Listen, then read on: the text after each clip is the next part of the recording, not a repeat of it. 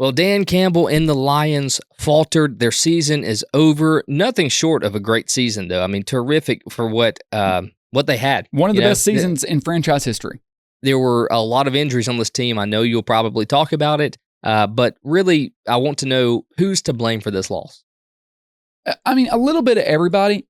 I think ultimately you're going to put it on Jared Goff at the end of the day because he did kind of collapse, and he's been really good with the Lions, but he kind of had that performance like he had against Houston where he had so many turnovers, just so many mistakes. I got this graphic. This is the quarterback comparison between him and Jaden Daniels. He had more passing yards, obviously, but right there, Daniels, 2 touchdowns, no picks. Jared Goff, 1 touchdown, 3 interceptions, only 7.8 yards an attempt to Jaden Daniels, almost 10. 58% completion percentage. Daniels had over 70. He was sacked twice. Jaden Daniels had a passer rating of almost 123. Jared Goff had a passer rating of 59.7. One of the worst games Jared Goff could ever play. It's not all on him, but it got out of hand because of him. But Ryan, this is what I was trying to tell you. For a couple weeks, you were like, I'm still riding with the Lions, and I just kept saying, I don't think they can do it with the defensive injuries. I said, eventually, it's going to bite them. And you were like, I don't know, it hasn't bit them yet. I was like, I know, but I feel like it's coming. And this was why. Because if they get in a game where Jared Goff does not play perfect, they lose. Because they couldn't allow no wiggle room for error. Even despite Jared Goff's turnovers and how disastrous the offense was at times, they scored 31 points. Yeah. I mean, they scored 31 points and lost because their defense gave up 45, partly due to the offense's mistakes. They just caught bad injury luck and they couldn't overcome it. They were able to beat the Vikings because Aaron Glenn was just blitzing Sam Darnold like hell. Oh, they blitzed Jaden Daniels. Didn't work for him. He was just picking them apart. And ultimately, this is what I want to run through. If you go back and watch our preview game, I said, we both picked the Lions. I said, the only way I see Washington winning this game is if Detroit just makes a bunch of mistakes and hands it to him. Hey, right again. And I said, which could happen. And that's exactly what happened. I want to take you through this. So I wrote down all of the things that happened to Detroit here. These are the mistakes that just added up. And they lost 45-31. Leading by 4 in the red zone, they were strip sacked and it was recovered by Washington.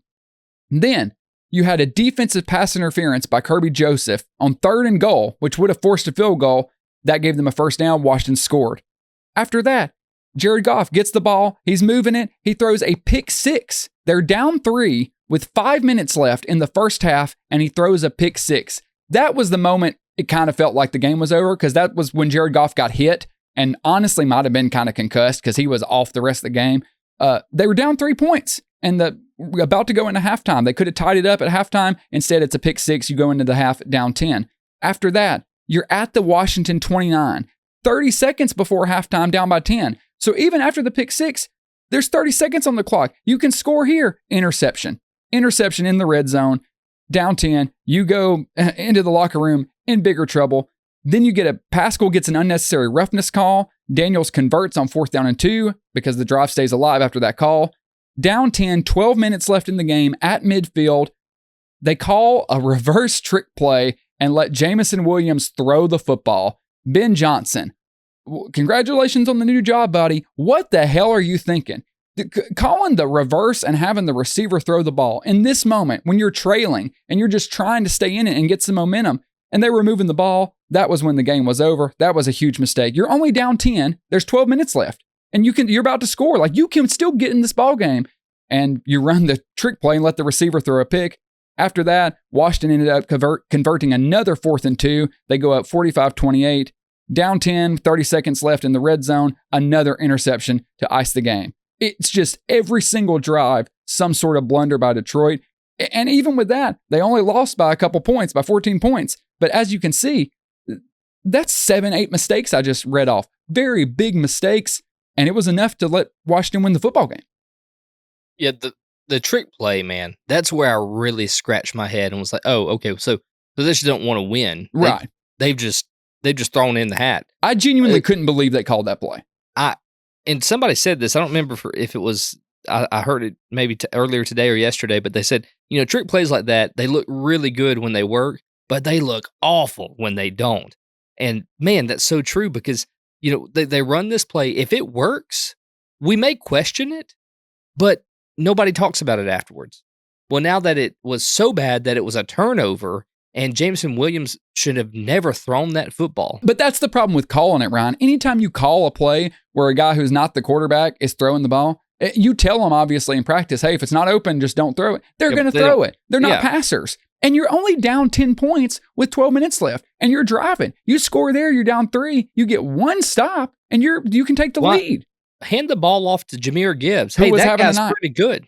It was Ben Johnson. Hey, you don't like him? Go to the next guy, David Montgomery. Not bad either. Yes, I know. It's just too many mistakes. You don't like him? I got an idea. Run an end around with Jameson Williams.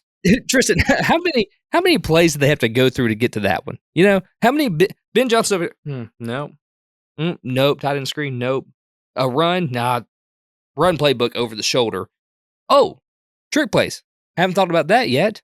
You know, we're down by 10. This is a great time to run it. We could get back in this game right now, but I tell you what, we're going to do a play where if we risk it all, we lose the game completely. But if we get it, then we could still have the same odds as if we just did a run play with Jahmyr Gibbs. Exactly. And Ryan, you know, I honestly wouldn't even, if they did this in the first quarter down 10, I still would hate it, but I'd be like, okay, you know, whatever. They did it with 12 minutes left in the game. It's 12 minutes left in the game and you're down by 10. This is not trick play time. This is shotgun. Let Jared Goff cut it loose and try to make something happen. I was baffled by that decision, but they just couldn't get out of their own way. They still put up 31 points, but the defensive injuries is why Washington was able to score 45 on top of all the turnovers, all the mistakes. While I was watching it, I was shocked every time. We got to the 6th mistake. I'm like, dude, every drive there was a blunder by Detroit. Every single drive. I was just as shocked at how bad these penalties, mistakes were as I was at how good Jaden Daniels was playing. Yes. So when you pair them both together, it's a disaster. Yeah, it felt like a blowout. Like, I know the score is within 15 points, but it was a blowout. This is the demise of Dan Campbell. I know that, or this is Dan Campbell's crutch, okay? Dan Campbell has these, when you were describing all the mistakes that happened, it felt like as if I was playing a Madden game, and when I get behind by like double digits, I start doing crazy things sometimes. You know, I go to that trick play playbook. I do these mistakes. You know, I force the ball where I shouldn't. But we're talking about real life NFL head coaches and offensive coordinators. Well, but Dan Campbell doesn't call the plays. Ben Johnson does. So that's why I think it falls on him at that point. I get that. But still, the head guy is Dan Campbell. He lets that happen, right? But he should have heard the trick play call and nixed it immediately. Yeah. So Dan Campbell, though, has a tendency to do these, and Ben Johnson, these off-the-wall things to try to win football games. Sometimes they work, but most of the time, they don't. Like the 4th down calls, everybody knows it. Like if it's 4th down and anything less than 8, Dan Campbell's probably going to go for it if it's on the other side of the 50-yard line.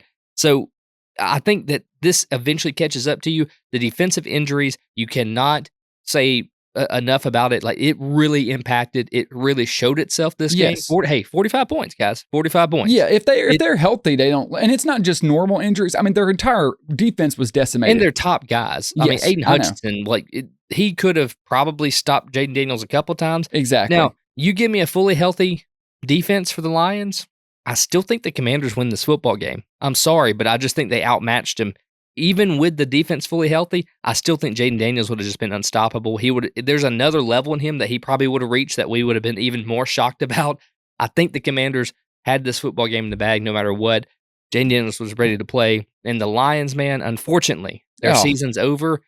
But Dan Campbell is still one of the best coaches in the league. Yes. And everybody wants to play for him. He's going to be without his OC next year. That's going to look different. We don't know what it's going to look like. It's going to be interesting to see how he manages losing maybe both coordinators, because that's really the test of a great coach. Can you constantly replace coordinators and be good? Because these guys are going to get poached. We'll see. I mean, the defensive injuries, tough break, but still a great season. And what Dan Campbell's been built there, you can't take away from him. But this is single elimination football. You know, in the playoffs, anything can happen. And they just were outplayed on Sunday, and the Commanders earned it.